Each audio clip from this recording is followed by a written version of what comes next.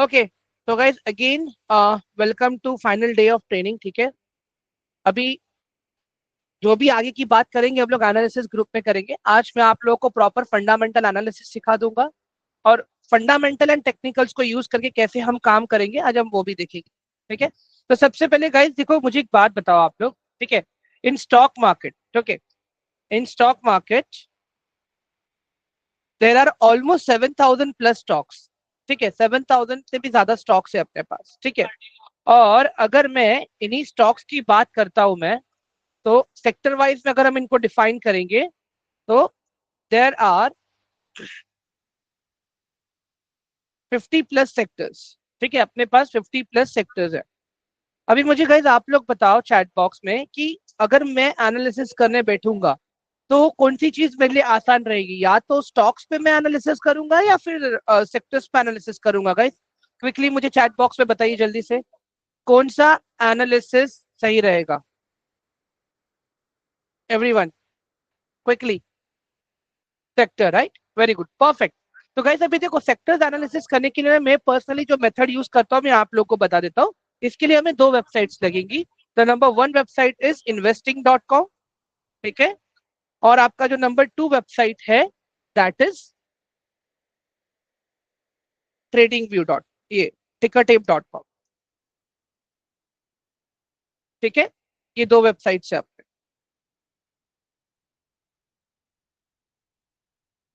अभी यहाँ पे investing.com में गाइस हम क्या करेंगे, हम अपने सेक्टर्स का एक लिस्ट बनाएंगे, वॉच लिस्ट बनाएंगे।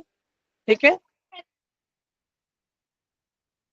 ओके, और यहाँ पे हम देखेंगे कि सेक्टर के स्टॉक्स, सेक्टर स्टॉक्स, परफेक्ट।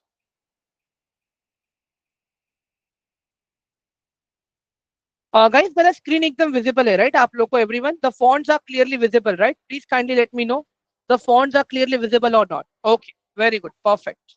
तो गाइस अभी देखो, यहाँ पे मैं आ जाता हूँ पहले investing.com पे। ठीक है, यहाँ पे मैं साइन इन कर लेता हूँ, पहले मेरा ऑलरेडी अकाउंट है।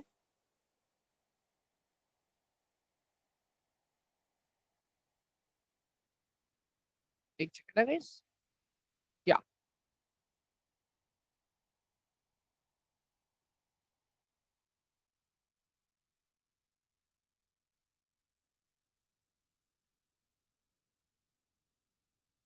एक सेकंड है गाइस।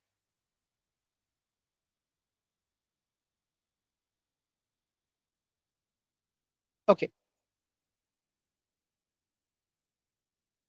ठीक है, तो guys now see I am logged in into my investing.com account. ठीक है, अभी यहाँ पे गाइस देखो, मैंने तो अपना वॉच लिस्ट ऑलरेडी बना के रखा है। ठीक है, आप कैसे बनाओगे अपना वॉच लिस्ट? यहाँ पे देखो, माय वॉच लिस्ट पे क्लिक करोगे। ठीक है, जैसे आप इस पे क्लिक करोगे आपके पास देखो ये आ गया। ये मैं ट्रेडिंग करने के लिए यूज करता हूँ ये वाली वॉच लिस्ट में। ठीक है, और ये रही मेरी सेक्टर्स की वॉच लिस्ट। यहाँ पे देखो एकदम सब रेड चल रहा है अभी फिलहाल। एवरीवन, फ्राइडे को मार्केट गिरा था, अगर आप लोगों ने देखा है नहीं देखा पता नहीं, बट निफ्टी ने ऑलमोस्ट 2% का फॉल दिया है। ठीक है, तो ये वॉच लिस्ट है मेरी। उसके बाद में मैं आ जाऊंगा परफॉर्मेंस पे।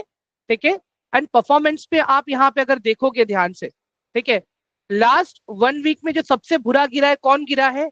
IT, media, public sector. Everyone समझ में आ रहा है? और एक महीने के हिसाब से अगर आप देखोगे ना तो भी आपको पूरा यहाँ पे परफॉर्मेंस दिख जाएगा यहाँ पे कि कौन से स्टॉक्स बुरी तरह से पिटे हुए हैं एंड कौन सा सेक्टर बुरा तरह से पिटा हुआ है। ठीक है एवरीवन, तो अभी यहाँ पे हमें ऐसे सेक्टर्स को ढूंढना है गाइस जो एकदम कम गिरा हो अभी। ठीक है, अगर टेक्निकली देखिए हमें ऐसे सेक्टर्स को देखना है जो एकदम कम गिरे हो। ओके, तो मैं अभी यहाँ पे क्या देखता हूँ, मैं 1 वीक के हिसाब से देखता हूँ तो निफ्टी का जो फाइनेंशियल सर्विस का सेक्टर है गाइस वो कम गिरा है। एवरीवन, अगर आप देखोगे खाली 0.63% गिरा है ये, और एक महीने के हिसाब से देखूं तो 0.61, और एक साल में अगर मैं देखूं तो प्रॉफिटेबल है, और लास्ट 3 साल में तो ऑलमोस्ट 40% का रिटर्न तो दिया ही है ई सेक्टर ने। ठीक है, तो अभी ये सेक्टर में कौन से स्टॉक्स हैं पहले हमें वो देखना पड़ेगा गाइस। तो इसके लिए मैं क्या करूंगा, आ जाऊंगा मैं यहाँ पे टिकर टेप पे। ठीक है, आप ये आ जाओ टिकर टेप की वेबसाइट पे। और जो सेक्टर आपने देखा है यहाँ पे, that is Nifty financial services, right. मैं एक सिंपल बोलूंगा यहाँ पे खाली निफ्टी,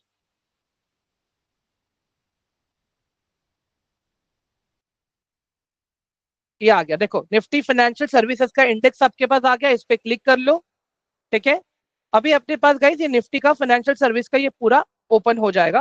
ठीक है, एंड आफ्टर दैट आपको आना है यहाँ पे कॉन्स्टिट्यूएंट्स पे। तो कॉन्स्टिट्यूएंट्स पे आने के बाद में आपको क्लिक करना है इंडेक्स वेट पे। इससे आपको ऐसे स्टॉक्स के नाम मिल जाएंगे कि जो इस सेक्टर को ऊपर लेके जाने के लिए और नीचे लेके जाने के लिए रिस्पॉन्सिबल है। मैं कहता हूं उस सेक्टर के टॉप के 5 स्टॉक्स को पकड़ के चलो आप। जैसे यहाँ पे पहला स्टॉक है HDFC, second is ICICI, third is axis bank, fourth is Kotak Mahindra and fifth is state bank of India. Okay, अभी गाइस मैं एक चार्ट का स्ट्रक्चर दिखा रहा हूं आप लोगों को, ठीक है।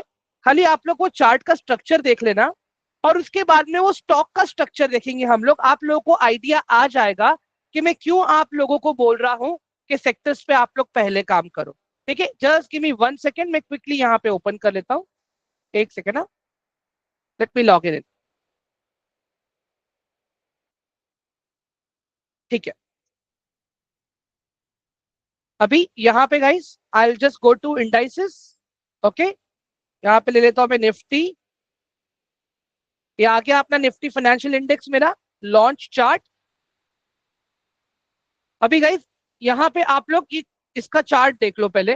ठीक है, वीकली टाइम फ्रेम पे इसका चार्ट देख लो आप लोग। खाली स्ट्रक्चर देखो गाइस पहले आप लोग, just look at the structure of this. अभी यहीं पे गाइस मैं अपना एंजल वन का चार्ट खोलूंगा, एंजल वन का अकाउंट खोलूंगा, उसके ऊपर आपको मैं HDFC का चार्ट दिखाऊंगा, आपको आइडिया आ जाएगा।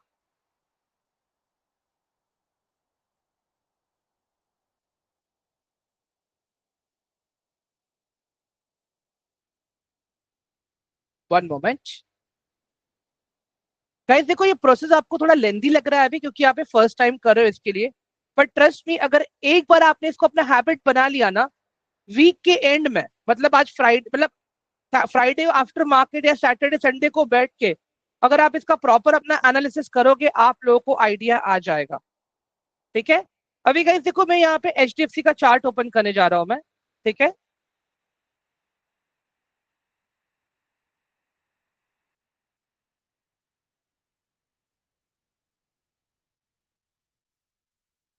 एंड गाइस अगर अभी की अगर हम मार्केट की बात करें, फिलहाल के लिए रुक जाना, कभी भी डायरेक्टली जंप इन मत करना कोई स्टॉक के अंदर। ठीक है, 1 मोमेंट।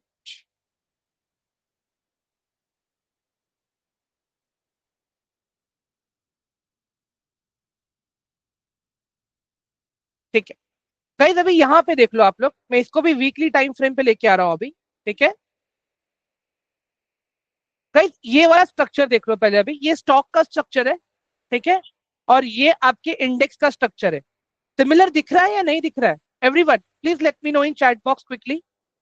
मैं जो अभी दिखा रहा हूँ आप लोगों को चार्ट का स्ट्रक्चर, ठीक है, ये देख लो यहाँ पे, ये है इंडेक्स का स्ट्रक्चर। ठीक है, और ये है इसका जो मेन स्टॉक है उसका स्ट्रक्चर। सेम है या नहीं है बताइए जरा मुझे। ये तो अभी तक हमने एक ही स्टॉक देखा ना गाइस। अभी एक काम करते हैं, ICICI बैंक का स्ट्रक्चर देख लेते हैं और इस टाइम थोड़ा सा मिलाने का ट्राई करेंगे। ठीक है, वेट।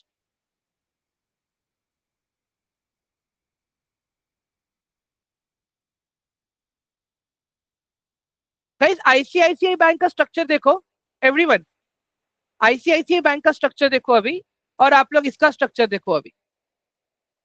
बेसिकली मैं क्या बता रहा हूं पता है गाइस, जो टॉप के स्टॉक्स रहेंगे ना, जो सबसे पहला स्टॉक रहेगा, वो स्टॉक और इंडेक्स का चार्ट दोनों आपको सिमिलर दिखेंगे। जैसे ही आप दूसरे पे जाओगे आपको थोड़ा सा डिफरेंस दिखेगा, जैसे ही आप तीसरे पे जाओगे आपको और डिफरेंस दिखने लगेगा वहां पे। मेरा कहने का मतलब क्या है गाइस, कि पहले आप सेक्टर्स पे रिसर्च करो, स्टॉक्स पे रिसर्च करने से पहले। Everyone, are you guys getting my point? पहले आप सेक्टर्स पे रिसर्च करो, स्टॉक्स पे रिसर्च करने से पहले। एवरीवन, अभी ये वाला कंसेप्ट आपको क्लियर हुआ कि पहले सेक्टर्स पे क्यों काम करना है एंड स्टॉक्स पे क्यों नहीं? All of you please quickly let me no in chat box, जल्दी से एक बार वन टाइप कर दो प्लीज। समझ में आ रहा है ना गाइस सबको ये वाला कंसेप्ट जो मैं बता रहा हूँ अभी यहाँ पे?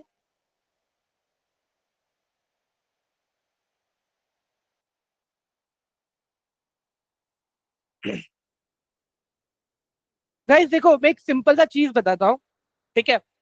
अभी अगर मैं बात करता हूँ आईटी सेक्टर, ठीक है, तो आईटी सेक्टर में कौन से स्टॉक्स आएंगे? एवरीवन, आईटी सेक्टर में कौन से स्टॉक्स आएंगे? जैसे इंफोसिस हो गया, ठीक है, टीसीएस हो गया, विप्रो हो गया, नजारा हो गया, ये सारे स्टॉक्स आईटी सेक्टर में है, राइट। अभी आईटी का सेक्टर गिरा हुआ है, आईटी का इंडेक्स गिरा हुआ है। क्यों? क्योंकि आईटी के सारे स्टॉक्स गिरे हुए हैं, cap Gemini, right. But cap Gemini is not in India, it is बाहर का कंपनी एक्चुअली, ठीक है। गाइस क्लियर हुआ अभी सबको? सेक्टर और इंडेक्स दोनों एक ही है गाइस, अंडरस्टैंड, ठीक है। जैसे बैंक निफ्टी के इंडेक्स में सारे बैंकिंग के स्टॉक्स हैं, ठीक है। निफ्टी के फाइनेंस के इंडेक्स में सारे इंश्योरेंस हो गया, फाइनेंस हो गया, बैंकिंग हो गया, सारे स्टॉक्स आ गए। आईटी के इंडेक्स में सारे आईटी वाले स्टॉक्स आ गए। पेट्रोलियम के इंडेक्स में सारे पेट्रोल वाले स्टॉक्स आ गए। केमिकल के इंडेक्स में सारे केमिकल वाले स्टॉक्स आ गए। तो मतलब अगर मुझे देखना है कौन सा स्टॉक भागेगा, तो पहले मैं क्या देखूंगा? कौन सा सेक्टर भाग रहा है, ना कि कौन सा स्टॉक भाग रहा है। एवरीवन, सबको क्लियर हुआ अभी ये वाला पार्ट? कंफ्यूजन क्लियर हुआ अभी? रोशनी, नीलिमा, अमित, ठीक है। गाइज आप लोग को वो स्क्रीनशॉट चाहिए क्या जो मैंने अपने सेक्टर का बनाया है? Everyone, please let me no, do you guys want screenshot of that sectors जो मैंने बनाया है? ओके, ठीक है, वेट, एक सेकेंड, मैं अभी दे देता हूँ आप लोगों को।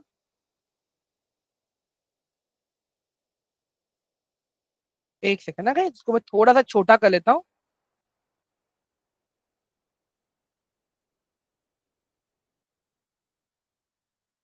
एक सेकेंड।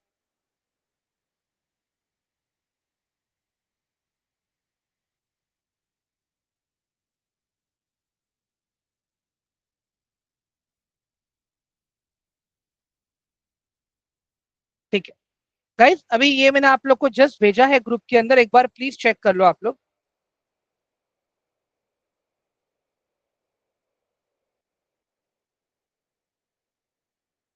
गाइज मुझे रिएक्ट कर दो एक बार वो मैसेज पे, everyone, please do react on that, और लेट मी नो कि आप लोग को मिला कि नहीं मिला, ठीक है।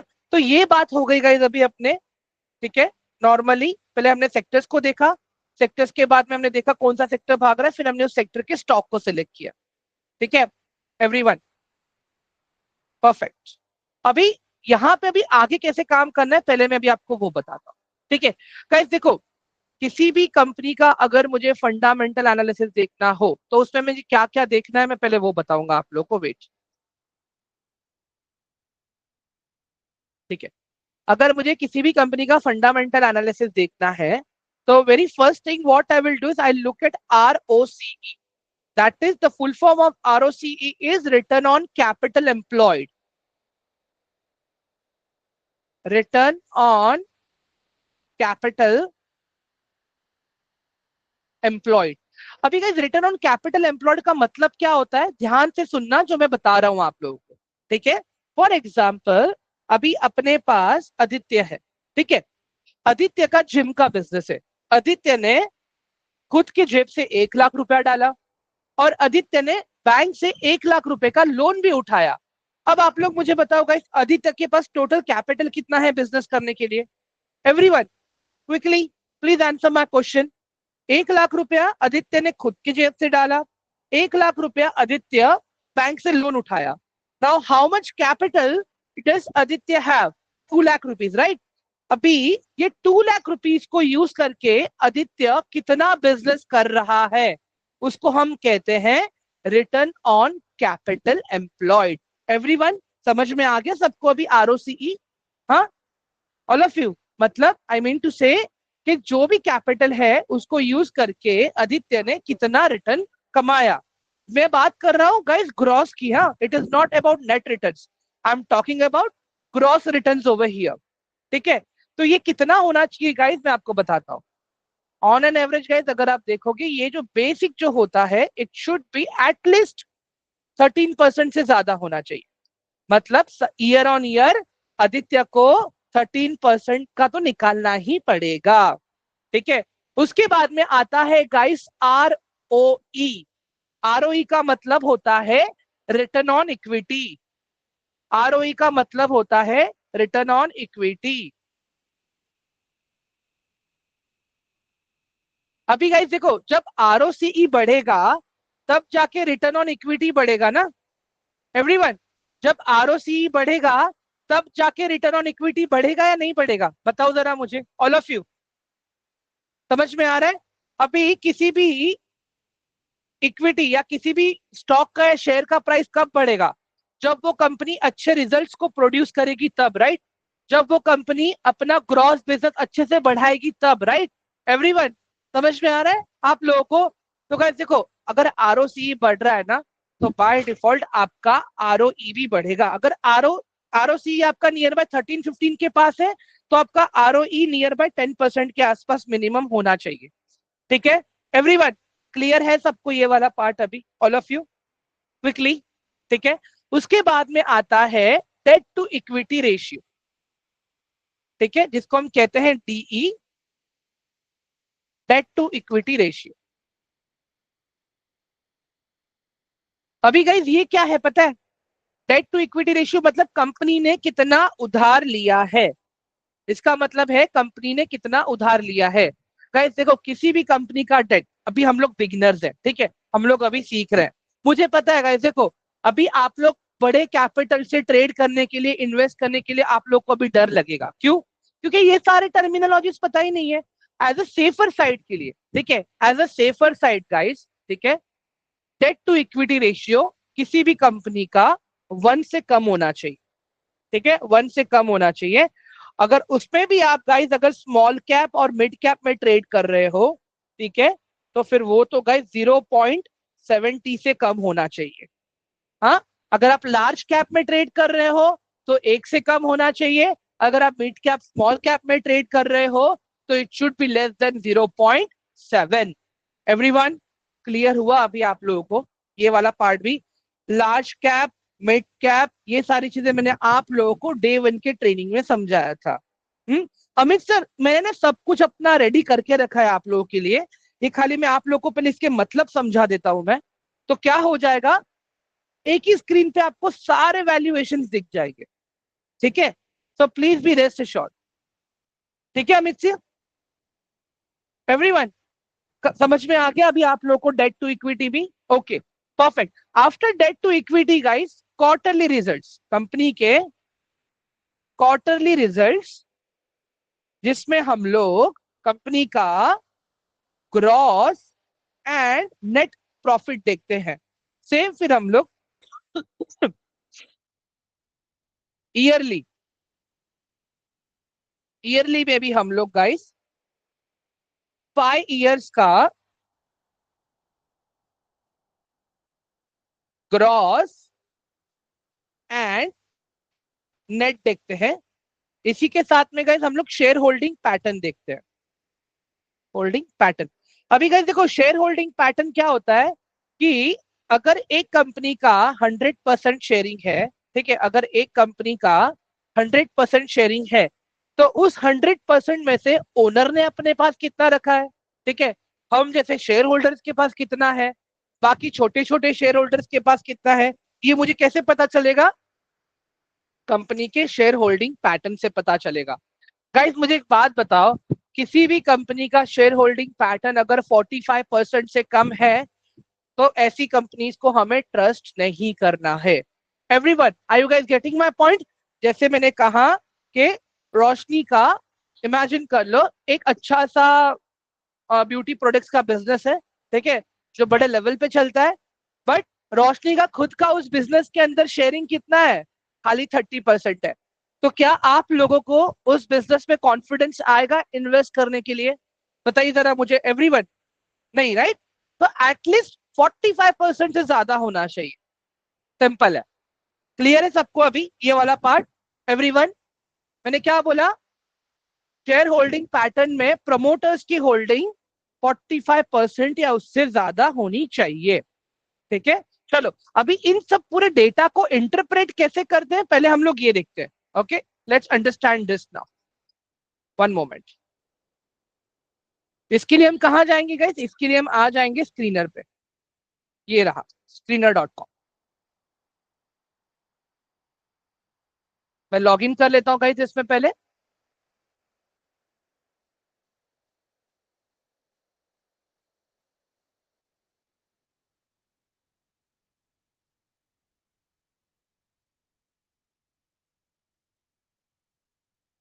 गाइस इंटरेस्टिंग लग रहा है अभी आज का ये सेशन आप लोगों को स्टॉक्स के बारे में?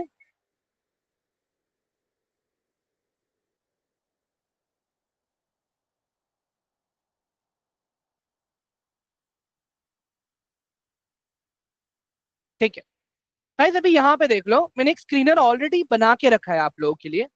ठीक है, अगर आप ये स्क्रीनर देखोगे ना यहाँ पे, देखो ये क्या दिखाया है मैंने यहाँ पे, रिटर्न ऑन कैपिटल एम्प्लॉयड, ठीक है, and return on capital employed का एवरेज, लास्ट 3 साल का एवरेज। मतलब यहाँ पे मैंने क्या किया पता है गाइस, करंट परफॉर्मेंस को 3 साल के परफॉर्मेंस से और 5 साल के परफॉर्मेंस से मैंने कंबाइन किया है, और फिर मैंने वो स्टॉक्स ढूंढ के निकाले हैं गाइस। और ये जो लिस्ट है ना, हर 2 महीने में, 2.5 महीने में एक बार अपडेट होती है। ठीक है, ये जो स्टॉक्स है हर 2 महीने में, 2.5 महीने में एक बार अपडेट होती है। ओके, तो अभी आप मुझे यहाँ पे बताओ गाइस, कितने कंपनीज हैं यहाँ पे अभी, अगर आपको एनालिसिस करना है तो how many companies you have?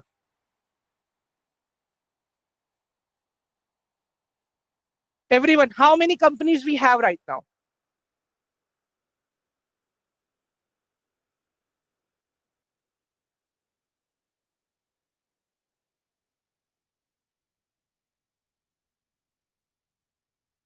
ठीक है, तो गाइस सी दिस, अभी मुझे खाली इतने ही स्टॉक्स के ऊपर अपना टेक्निकल एनालिसिस करना है। Let's select this stock guys, Triveni turbine. Okay, मैं इस पे क्लिक कर रहा हूं अभी, त्रिवेणी टरबाइन पे। अभी गाइस इसका देखो क्या बता रहा है, आरओसी कितना है, 38 है। आरओई कितना है, 28 है, ग्रीन सिग्नल।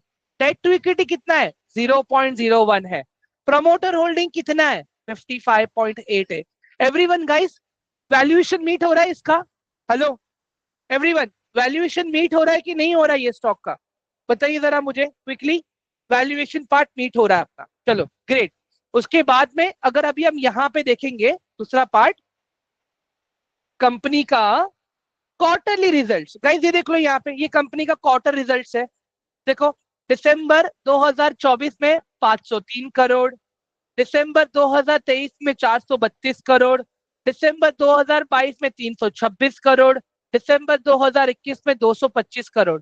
तो गाइज अगर आप दिसंबर का देख लो या सितंबर टू सितंबर क्वार्टर देखो, आप जून टू जून क्वार्टर देखो, जो भी आपको इजी लगता है, आप एक चीज ध्यान से नोटिस करो गाइज, यहाँ पे ग्रोथ आपको दिख रही है या नहीं दिख रही है?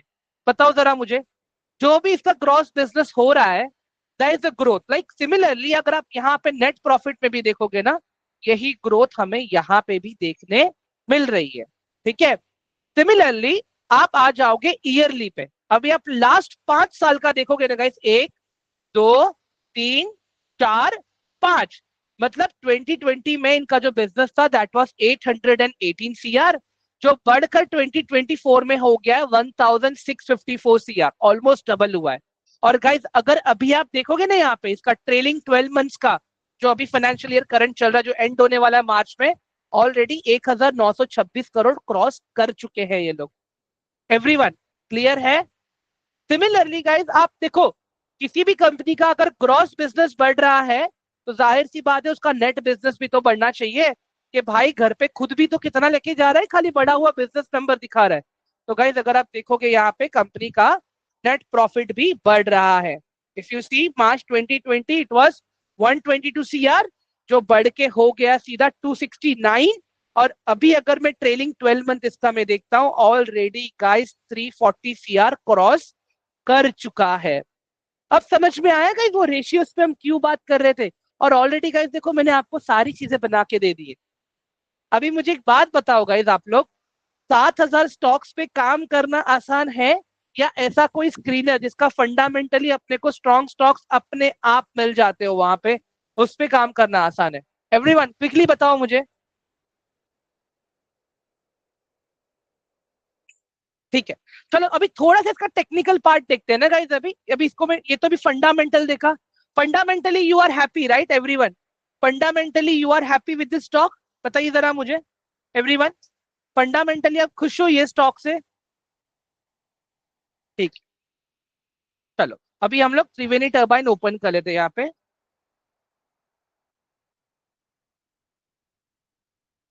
ठीक, अभी गाइज यहाँ पे देख लो, ये जो स्टॉक है ना अभी गाइज, आप एक चीज नोटिस करना है यहाँ पे। ठीक है, अपना इसने सपोर्ट को तोड़ दिया है यहाँ पे। अभी जो नेक्स्ट सपोर्ट बन रहा है स्टॉक का, कहाँ पे बन रहा है पहले तो आप वो देख लो, बड़े टाइम फ्रेम पे। We are on weekly time frame right now. ठीक है,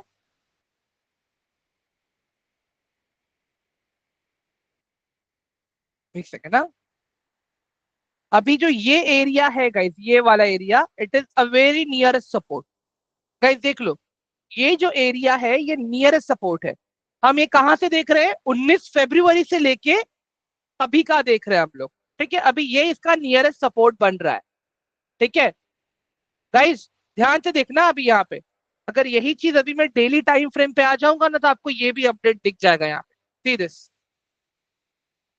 दिख रहा है ऑल ऑफ यू, एवरीवन।